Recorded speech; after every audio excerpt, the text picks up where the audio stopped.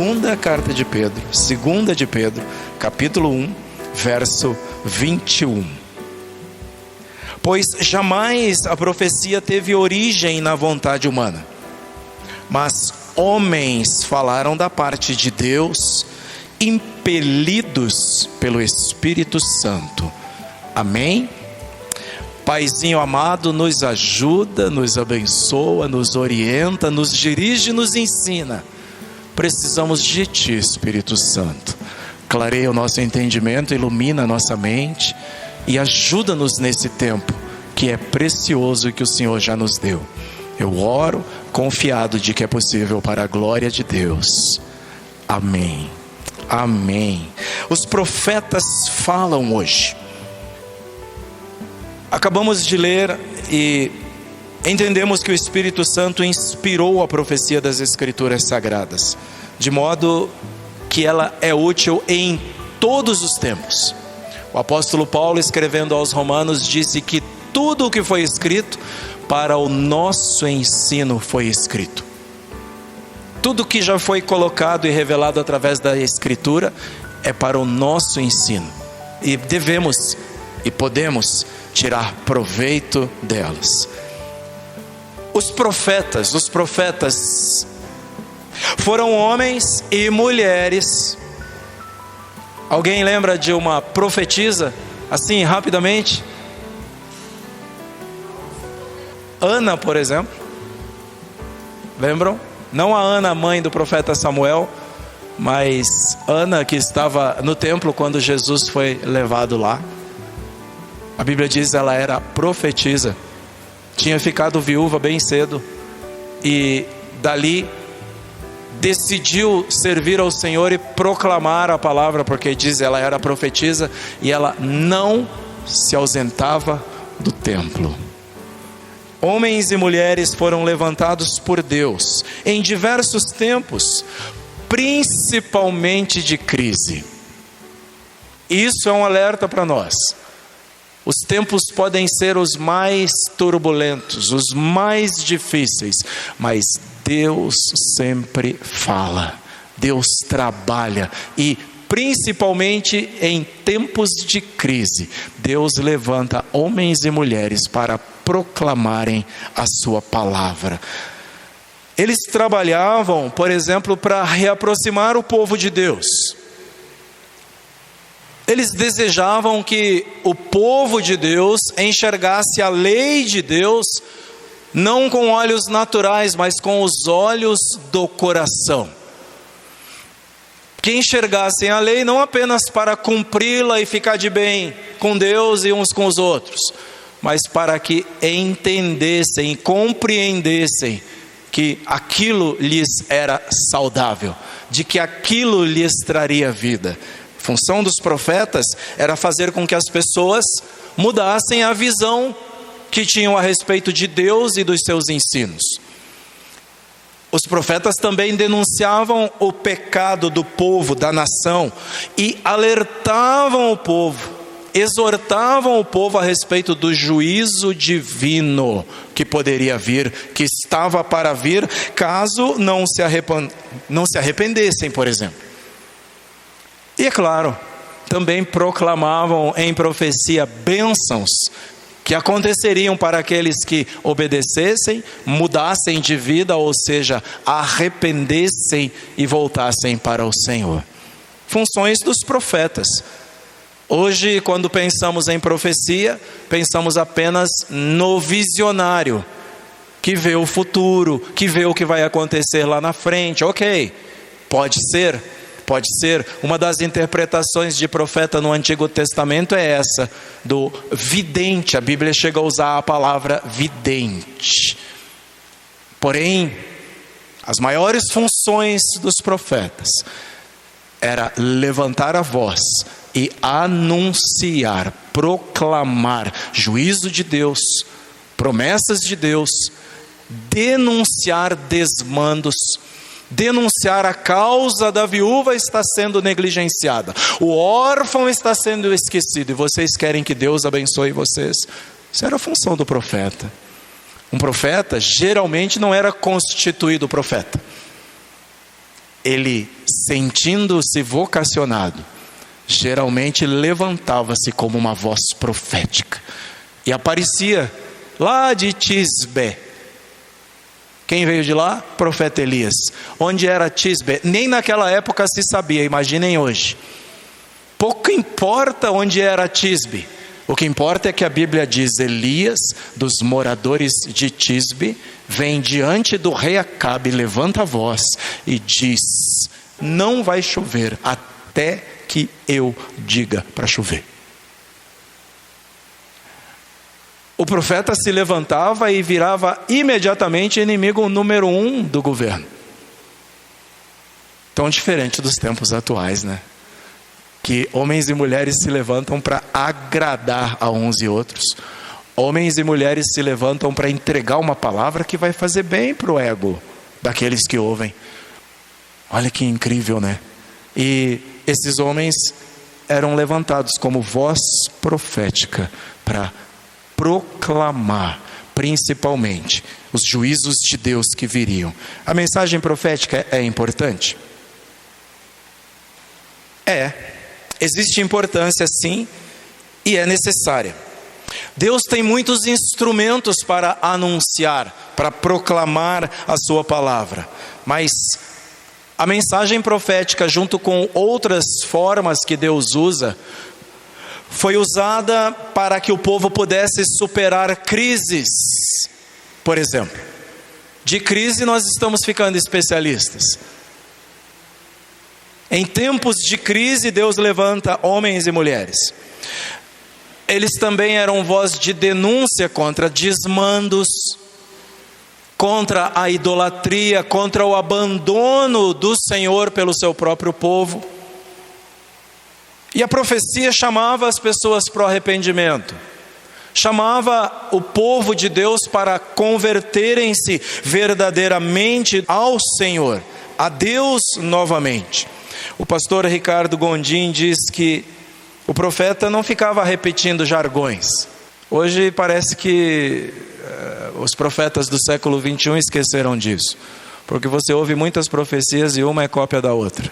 E uma é cópia da outra. O profeta não repetia jargões, o que todo mundo estava dizendo. A palavra da sua boca vinha geralmente nova. Ele pensava fora da caixinha. Ele não era convencional, portanto. A mágica das palavras dele vinha da sua intuição, daquilo que ele, na sua intimidade com Deus, do seu inconformismo. Profetas de verdade eram homens e mulheres inconformados com a situação. Então eles, em voz de denúncia, anunciavam os desígnios de Deus. Era também resultado da largura dos seus anseios. Quem não tem projetos para o reino de Deus, geralmente não profetiza nada. Se anseia-se por um tempo melhor para a humanidade, para a nossa cidade, para a nossa família, então a pessoa busca na intimidade com Deus, para que Deus lhe mostre e amplie os horizontes de sua visão espiritual, inconformados. E os profetas, de maneira geral, eram exagerados. E o exagero nas suas palavras era uma maneira de mostrar a sua angústia. Portanto, eram pessoas que se angustiavam com a situação ao seu redor. E muitas vezes em nosso tempo, e a começar inclusive por mim, não nos angustiamos muito com a situação dos outros. Não nos angustiamos muito com a situação ao nosso redor. Deixa eu perguntar para vocês. Um indicador de que nós estamos realmente no caminho certo é quando importa o que está acontecendo fora das nossas paredes. Importa o que está acontecendo fora das nossas casas. Importa o que acontece fora do nosso arraial de crentes. O profeta era inconformado, incomodado com as situações e por isso ele se levantava, não somente para dizer sobre o futuro, mas para dizer o que Deus faria se não houvesse conversão, arrependimento e uma volta para Deus. E os profetas, portanto, cumpriam, alguém pode abrir em Joel 2 e verso 3, cumpriam a dura tarefa de denunciar o pecado e chamar para o arrependimento. Como dito hoje, muita gente se especializa em dizer: Deus vai fazer, Deus vai realizar, Deus vai abençoar, Deus vai prosperar. Ainda hoje, não chega o final desse dia. Amém, pode ser? Pode ser. Mas o profeta também era especialista em chamar: arrependam-se, mudem de vida. Porque olha o que diz Joel aí, Joel 2 e verso 13. Viram? Voz do profeta de denúncia. Ele vê homens rasgando as vestes em símbolo de piedade, de humildade. Ele diz em alto e bom som: rasguem o coração e não as roupas. Ele continua dizendo: voltem-se para o Senhor, o seu Deus, pois Ele é misericordioso e compassivo e muito paciente e cheio de amor. Isso é voz profética. Isso é voz de alguém que se incomoda com as coisas. E os profetas, irmãos, trabalharam em tempos de crises, grandes crises espirituais e crises morais no meio do povo. Por causa do pecado, rompia-se o relacionamento de Deus com o povo. Então era preciso reatar, reafirmar, refazer a aliança com Deus. Quem denunciava isso quando o povo estava afastado de Deus? O profeta Oséias, capítulo 9, o verso 9. Se alguém puder me ajudar, vejam, nas grandes crises entrava a voz dos profetas. O profeta Oséias está lembrando o povo: corromperam-se, mergulharam na corrupção. Deus se lembrará da sua iniquidade e vai castigar. O profeta denunciando isso, no mesmo livro de Oséias, capítulo 11, agora o verso 2, Oséias 11, 2. Olha a voz do profeta, olha a voz do profeta, olha o que Oséias está dizendo: quanto mais eu chamava, o que o povo fazia? Mais se afastavam. Incrível, né? Parece que havia um movimento contrário. Quanto mais Deus amorosamente chamava, mais o povo se afastava. E o profeta denunciava isso. Eles ofereceram sacrifícios a Baalins, que eram pequenos Baais, né? Que eram miniaturas de Baal, que eram ídolos. Ofereciam sacrifícios a eles. Então Deus está lembrando: queimaram incenso para ídolos esculpidos, para imagens. Voz de denúncia, não é?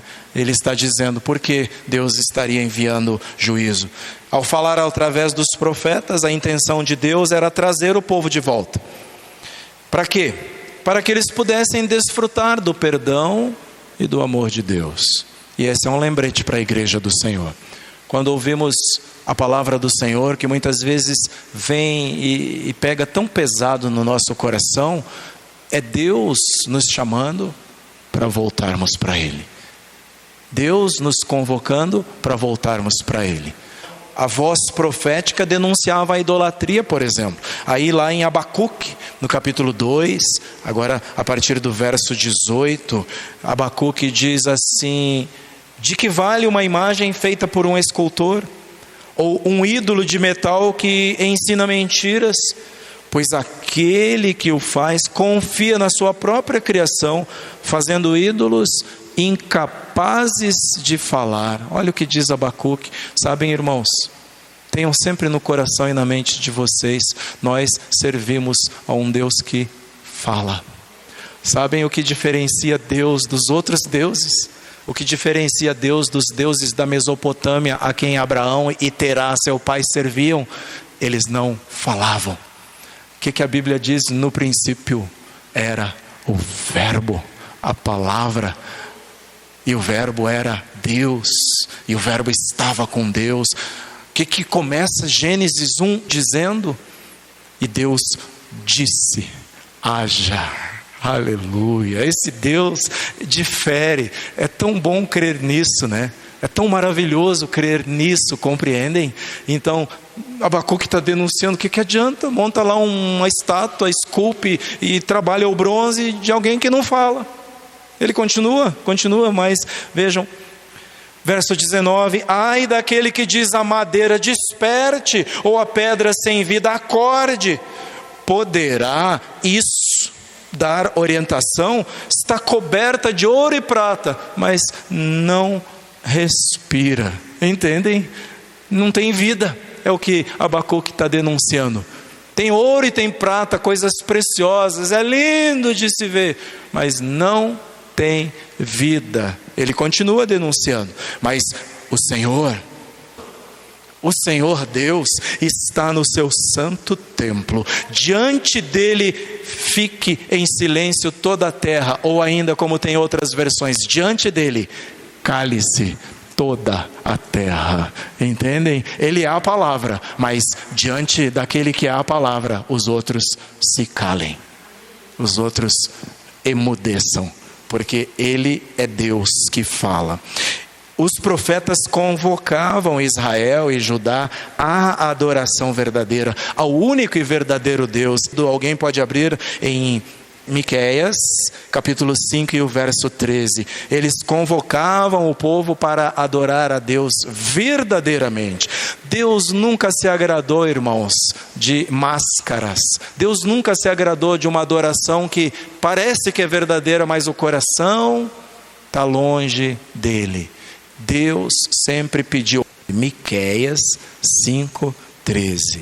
Está vendo? Deus promete através do profeta: eu vou destruir o que vocês esculpiram, as suas imagens, as colunas, e vocês não se curvarão mais diante da obra das mãos de vocês, daquilo que vocês mesmos criaram.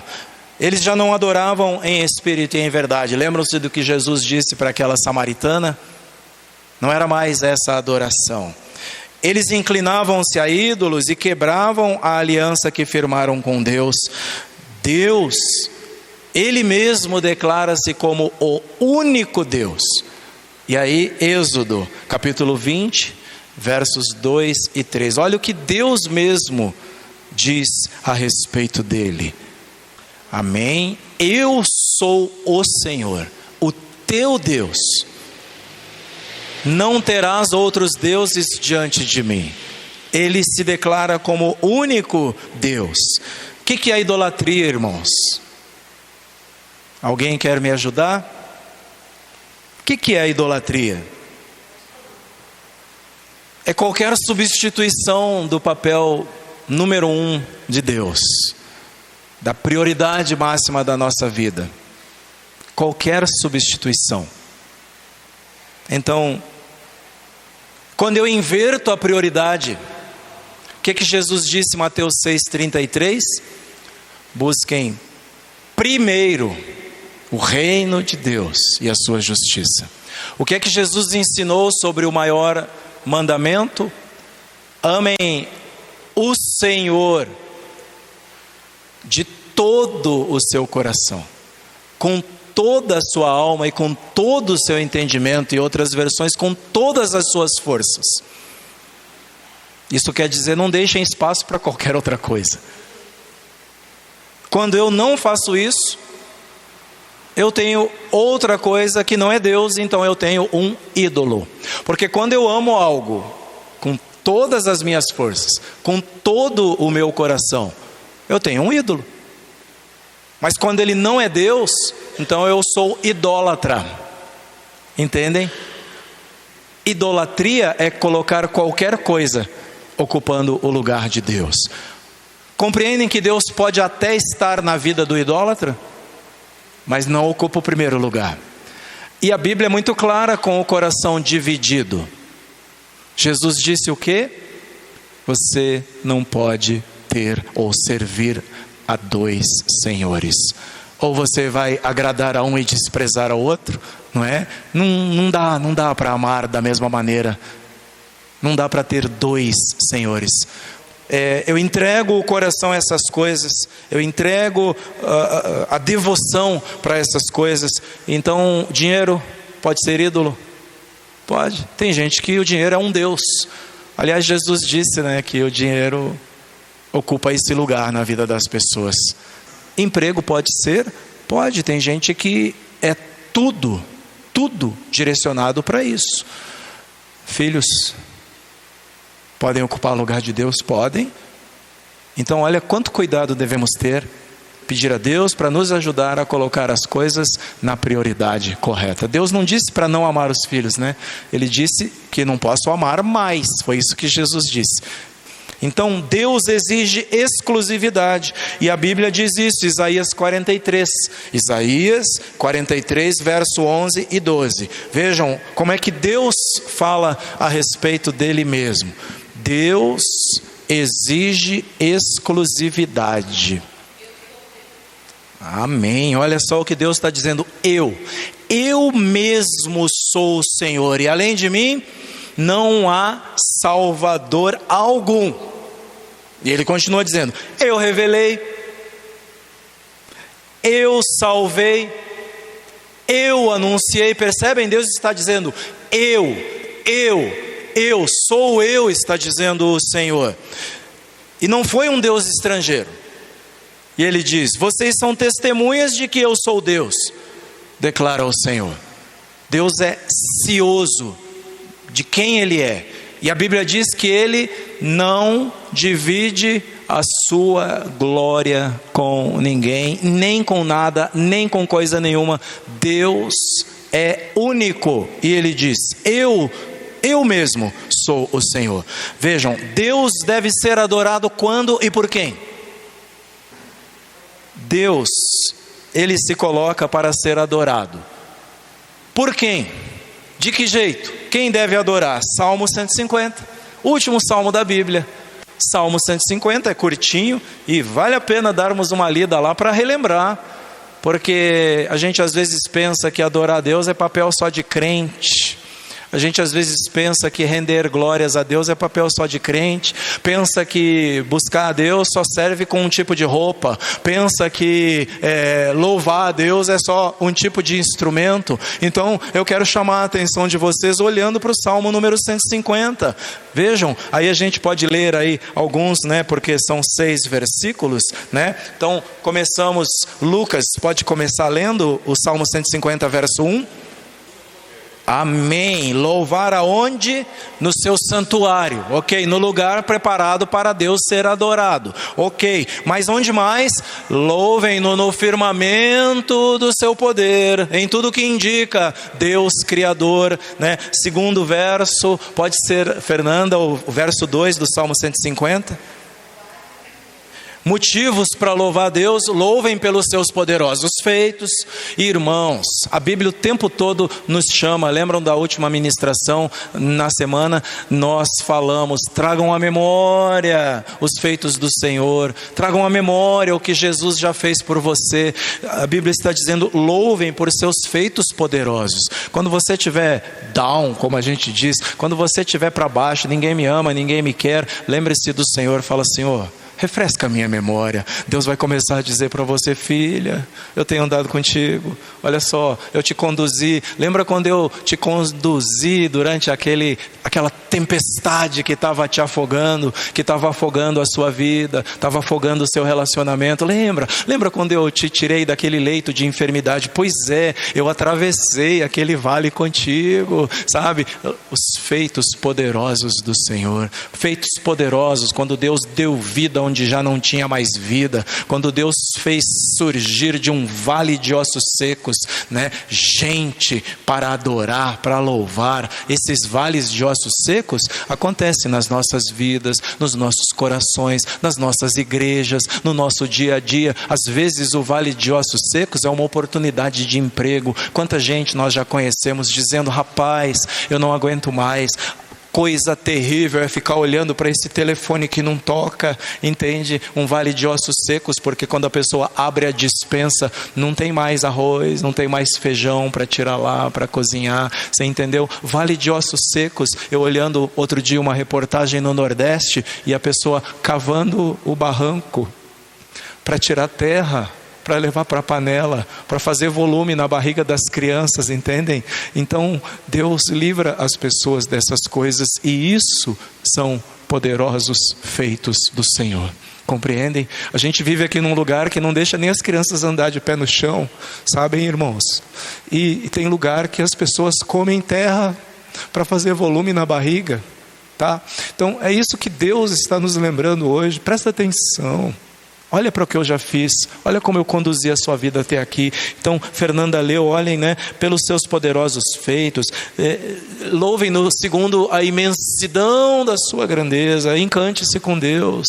Vocês precisam se encantar com esse Deus. A gente às vezes, irmãs, todos vocês, está servindo um Deus tão grande como se estivesse servindo um deusinho que está preocupadinho com o nosso pecadinho e tal, e a gente deixa de adorá-lo, deixa de buscar a Ele, lembrando que Ele é poderoso para perdoar pecados, que aquilo que está nos martelando é só chegar diante dEle, como diz João, confessar e receber perdão, como foi ministrado na ceia do Senhor, e assim por diante. O verso 3 do Salmo 150, pode ser Daniele mesmo?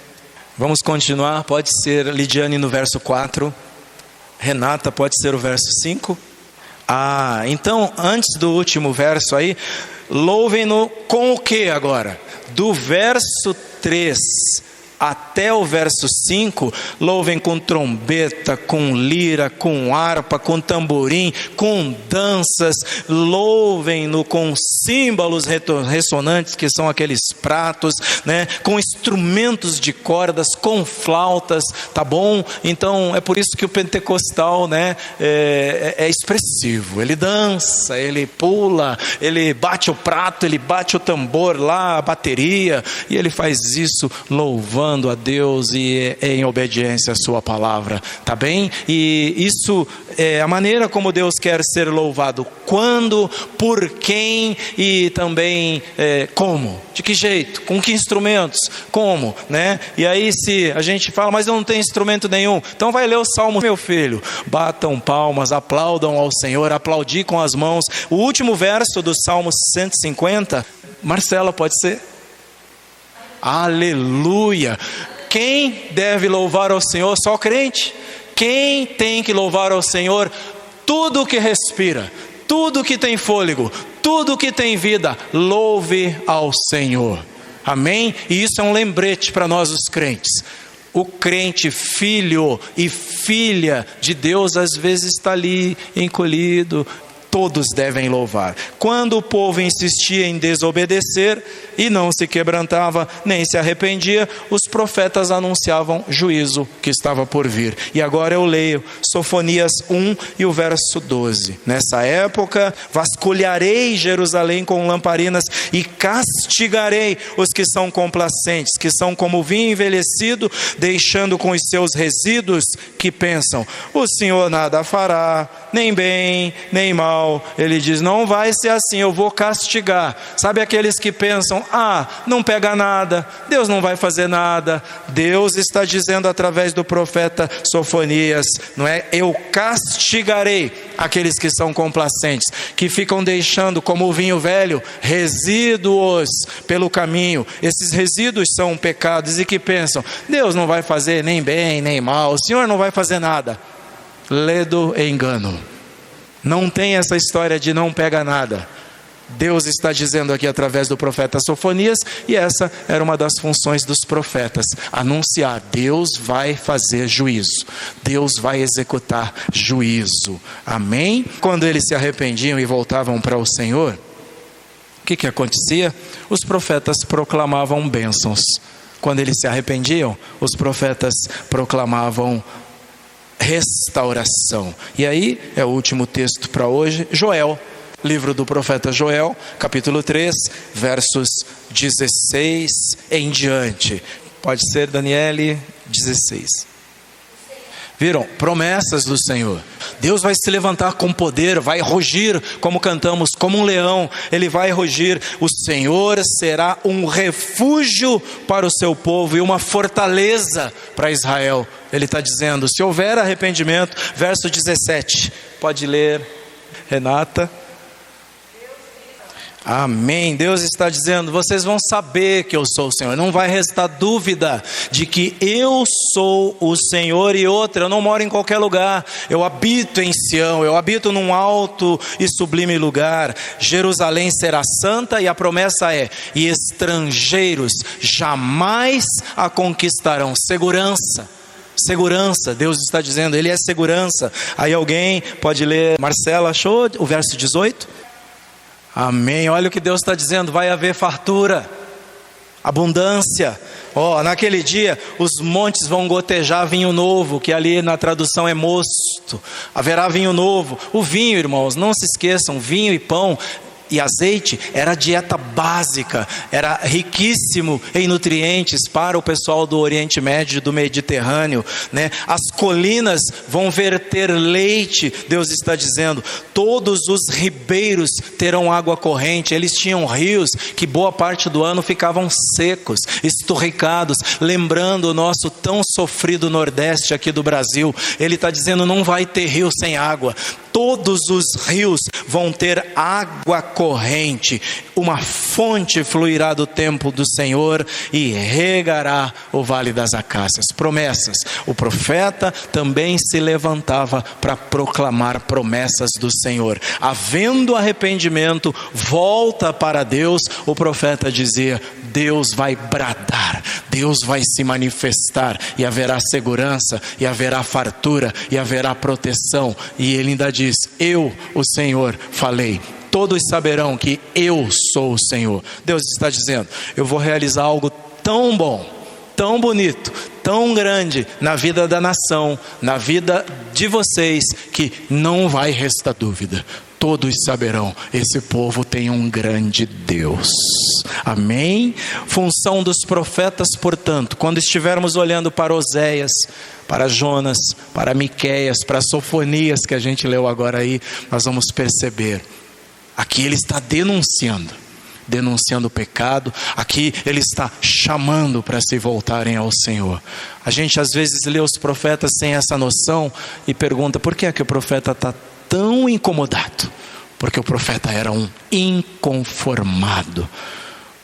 Profetas denunciavam, profetas exortavam, profetas abençoavam, profetas também falavam a respeito do que o Senhor faria, mas não de qualquer jeito, em troca de arrependimento, em troca de conversão.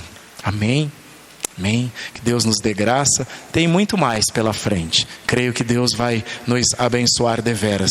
E eu creio que vocês já têm essa noção, mas tenhamos sempre firmes no coração. A profecia é muito mais do que adivinhar o futuro. Louvado seja Deus.